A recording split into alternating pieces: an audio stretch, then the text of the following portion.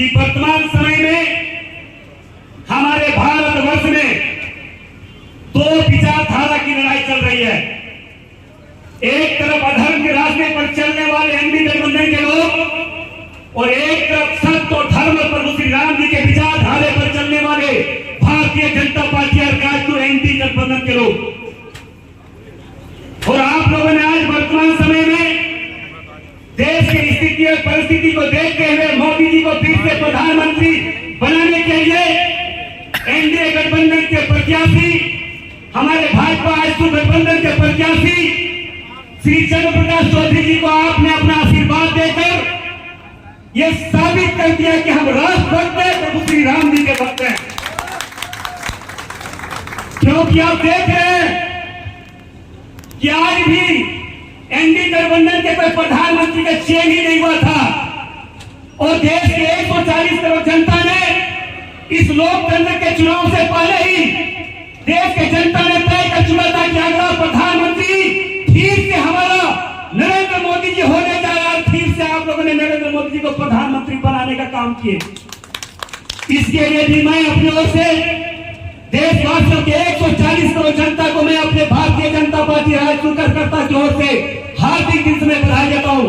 बड़े भाई सुरेश महतो जी के तरफ से हार्दिक दिल से बधाई देता हूं कि आज देश जिस स्थिति में चल रहा है उस स्थिति को देखते हुए आप लोगों ने सही निर्णय और सही काम करने का काम किया है। उपस्थित भाई और बहनों, ये लड़ाई अभी समाप्त नहीं हुआ है, ये लड़ाई आगे हम लोगों को और लड़नी है। और मुझे पूरा विश्वास है कि आज भारतवर्ष में तीसरी बार, इतिहास में दूसरी बार, एक बार पहले नेहरू जी बने थे, दूसरी बार 70-60 वर्षों के बाद तीसरी बार लगातार हैट्रिक मारने में प्रधानमंत्री का अगर कोई नाम आएगा तो विश्व में प्रधानमंत्री नरेंद्र मोदी जी का नाम आएगा। को मिलकर करना है। आप जानते हैं इनके 4.5-5 साल के कार्यकाल में हमारे दोनों दलों को भ्रमित कर अलग चुनाव लड़ने का परिणाम सत्ता पे हासिल हुए हैं, सत्ता उन्हें प्राप्त हुआ है। लेकिन सत्ता का किस कदर दुरुपयोग हो सकता है, इसके सारे इतिहास उन्होंने 4.5 साल में तैयार करके रख दिए। और उसका सबसे बड़ा परिणाम कुछ है तो उसका परिणाम यही है कि सत्ता को नेतृत्व करने वाला आज नेता जेल के अंदर में है। उन्होंने खुद साबित किया है। लोग अपने काम को, लोग अपने दायित्व को लोगों को एहसास कराते हैं। इस सरकार ने भी अपने दायित्व का एहसास कराया और उसका एहसास आप उनके गए हुए उनके आदरणीय मंत्री से लेकर सारे लोग कहीं ना कहीं उसी रास्ते पर आगे बढ़ चुके हैं। मेरी चिंता है कि राज्य में किसी व्यक्ति के जेल जाने से या प्रतिपक्ष के जेल जाना मेरे लिए उत्साह का विषय नहीं है।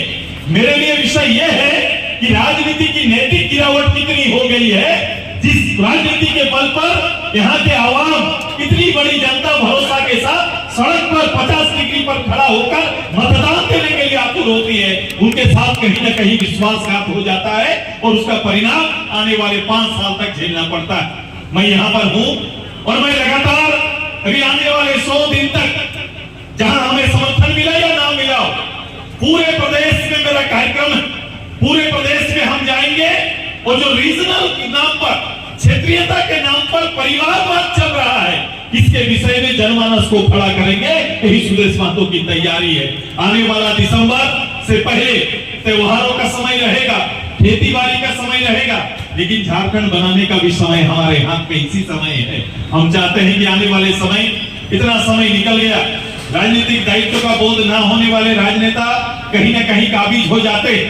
ऐसे लोगों को राजनीतिक मुक्त सत्ता से दूर रखना ये जवाबदेही हम सबका है और ये जवाबदेही में कतरास को भी खड़ा होना पड़ेगा।